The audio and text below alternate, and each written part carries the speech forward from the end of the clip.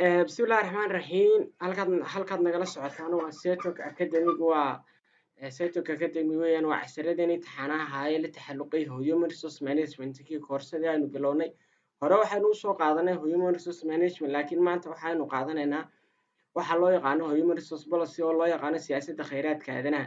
siyaasadda kheyraadka aadanaha siyaabo kala duwan ay kambaniyada adduunka iyo shirkadaha adduunka iyo dowladaha adduunka ay u maamulaan siyaabahaasina way kala duwan yihiin midba si gaar ah ayaa loo maamulaa mabaadii gaar ah ayaa loo samaystaa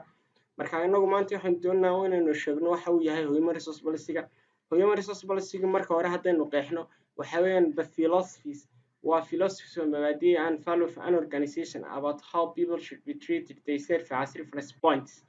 where HRM practice takes place and decisions are made about human resource markaynu si guud u dul marno waxa weeyaan Human Resource Policy siyaasadda kheyraadka aadanuhu waa mabaadii weeye ama qiyam uu leeyahay organization ama urur ama company sidoo kalena waxay ku saabsan tahay baalinidii sida dadka loola dhaqmayo how people should be treated they serve as reference points iyadoo la sameynayo tixraac waxa loo yaqaano reference points iyadoo reference points la sameynayo marka reference points-kii waxa weeyaan waxaa jira qayb la yidhaahdo auditors ah baa jira kambaniyada ay leeyihiin oo financial statement-ga baadha oo aynu inagu naqaano Soomaali ahaan ododka kuwa la yidhaahdo ee baadha corruption-ka iyo musuqmaasuqa iyo waxyaabaha noocaas sidaa darteed kambanigu wuxuu leeyahay qayb baadha ama daba gasha ama mushaharba ku qaadata inay daba galaan dadka shaqaalaha sidii feedback ama wanaagsan ama xun ay uga soo celin lahaayeen hadba sida shaqaaluhu u shaqeeyo so that waxaa leena kaloo yidhi where HRM practice takes place and decisions are made about human resource yacni marka decision-ka la gaadhayo human lagu maamulay siyaasadda kheyraadka aadanaha waa meelaha ay ka dhacaan decisions lagu maamulo siyaasadda kheyraadka aadanaha marka waxa weeye markan kalena waxaan u tegaynaa human HRM are the principles or objectives talabaad baynu u tegaynaa established by company for the guidelines of management in its relationship with employees marka layna leeyahay HRM are the principles waa mabaadii or objectives ama ujeedooyin kaasoo kambanigu aasaasay guidelinesna uu aasaasay isagoo kambanigu uu aasaasay maamul ahaan iyo sidii shaqaalaha ay ula lahaan lahaayeen xidhiidh marka waxa weeyaan waxaanu halkaa ka garanaynaa in markasta uu yahay maxay ahayday ii sheeg HRM-ku uu yahay mabaadii or objectives kambanigu uu aasaasay si loogu dhaqmo oo uu maamul ahaado iyo iyadoo xiriirna la sameynayo with employees waxaan u imanaynaa oo kusii xijinaynaa HR policies are documented procedures and guidelines that provide structure to work expectation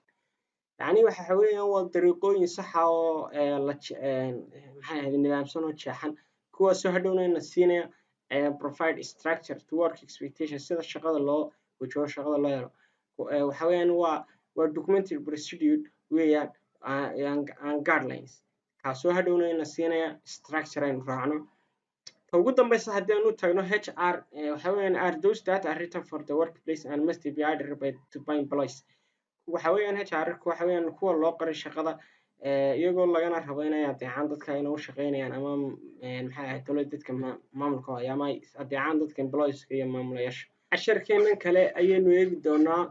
waxa weeyaan specific policy areas meelaha siyaasadaha gaarka ah weeyaan waxaa jira kambanigu markasta dadka u shaqeynaya wuxuu ku leeyahay saameyn buu ku leeyahay inagoo halkan ugu tegi doona kambanigu wuxuu sameeyaa rewards buu bixiyaa abaalmarinuu bixiyaa kambaniga waxa u shaqeyn kara dad xirfad sare leh iyo dad aan xirfad lahayn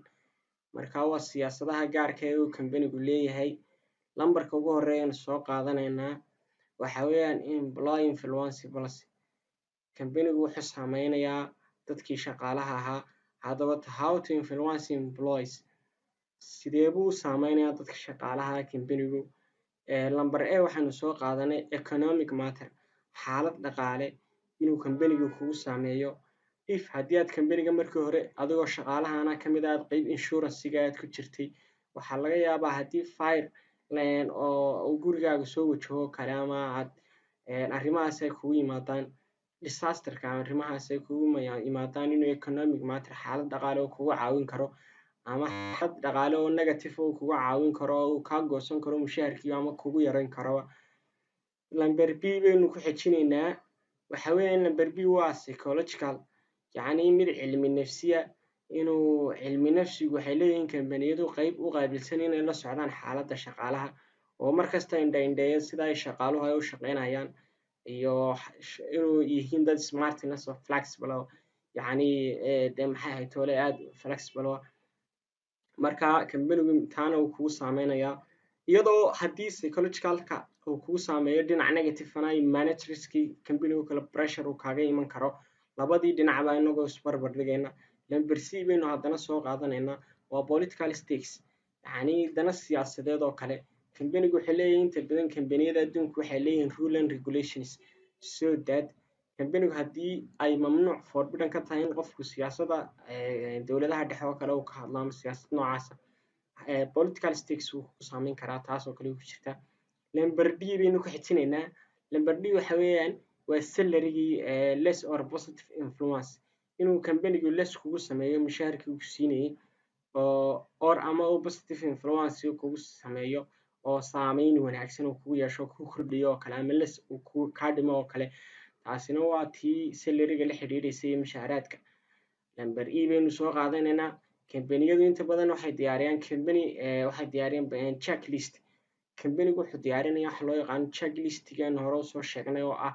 inay sameeyaan reference marka shaqaaluhu inuu kambanigii hore uu shaqayn jiray uu ahaa mid flexible ah, mid aan conflict aan abuurin shaqaalaha dhexdiisa, mid happy oo flexible oo smartness oo dadka uu shaqaynayo si qurux badan u soo dhaweynaya. Taasina waxaa jirta oo soo saara dad gaar ah oo kambaniga uga shaqeeya sida ay u sameyn lahaayeen checklist-gii waxyaabahaas. Checklist-gaaga marka haddii ay feedback wanaagsan ay kasoo baxaan abaalmarin buu inta badan kambanigu siiyaa dadka shaqaalihiisa. Lambarka labaad baynu u gudbaynaa, waxa weeyaan lambarka labaad waa HRM flow policy. Marka HRM flow policy-gaas baynu sheegaynaa how to flow, yacni waxa weeyaan waa dynamic baynu odhan karnaa, waa firfircooni, waa hab gaar ah oo kambanigu u qulqula oo de yacni ay u wada shaqeeyaan, yacni xagga recruitment hadduu sameynayo, hadduu dismissal shaqo ka erin uu sameynayo, haddii uu sameynayo inuu hirin uu sameeyo dad shaqaalaha cusub uu soo qorto kale. Marka kaasi waa simple way, waa kaas weeyaan. Number 3 ayaynu imanaynaa reward system policy. Kambanigu wuxuu sameeyaa rewards buu bixiyaa, two types of rewards baynu soo qaadanaynaa. Haddaba waxa weeye how the company gives reward, kambanigu sidee buu u bixinayaa rewardskii. Tusaale waxa la sameeyey oo uu kambanigu ay sameeyeen inay checklist ay ku sameeyeen oo ay dabagal sameeyeen. Sidaa awgeed dabagalkii waxaa kasoo baxay inaad tahay shaqaale aad iyo aad maxay ahayd toole nin wanaagsan. Marka laba mid oo abaalmarina baa lagu sameynayaa. Halkaa waxaynu ku aragnaa intrinsic rewards, yacni intrinsic waxa weeyaan rewardska like motivationka ee aan tangible-ka ahayn. Waa intangible weeye tan, yacni ma aha mid la taaban karo, waa motivation iyadoo shaqaalaha hortooda lagugu ammaano ammaan aad u ballaadhan ee managersku ay ku sameeyaan. Number B oo kale opposite bay taa ku tahay way kasoo horjeedaa. Number B waxaynu halkaa ku aragnaa inay tahay tusaale aynu ka bixinay wax tangible oo dee la taaban karo. Extrinsic reward, yacni extrinsic rewardsku waxa weeyaan waa iyadoo gaari lagu siiyo ama lacag dee lagu siiyo wax la taaban karo, some mobile phones iyo lagu siiyo. Marka taasina waa noocaas, waxay ku kala duwan yihiin mid intangible oo aan la taaban karin oo motivation hadal ammaana ay ka mid tahay, iyo mid taas ah in wax tangible oo kambanigu ku siiyo.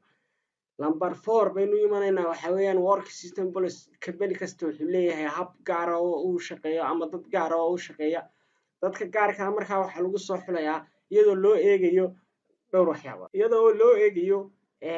yacni work system policy waxa weeyaan waxay ku xidhan tahay companies depends companies work system. Example, some jobs require highly skilled people. Shaqooyinka qayb ka mid waxay u baahan yihiin dad xirfad sare u leh shaqada inay qabanayaan.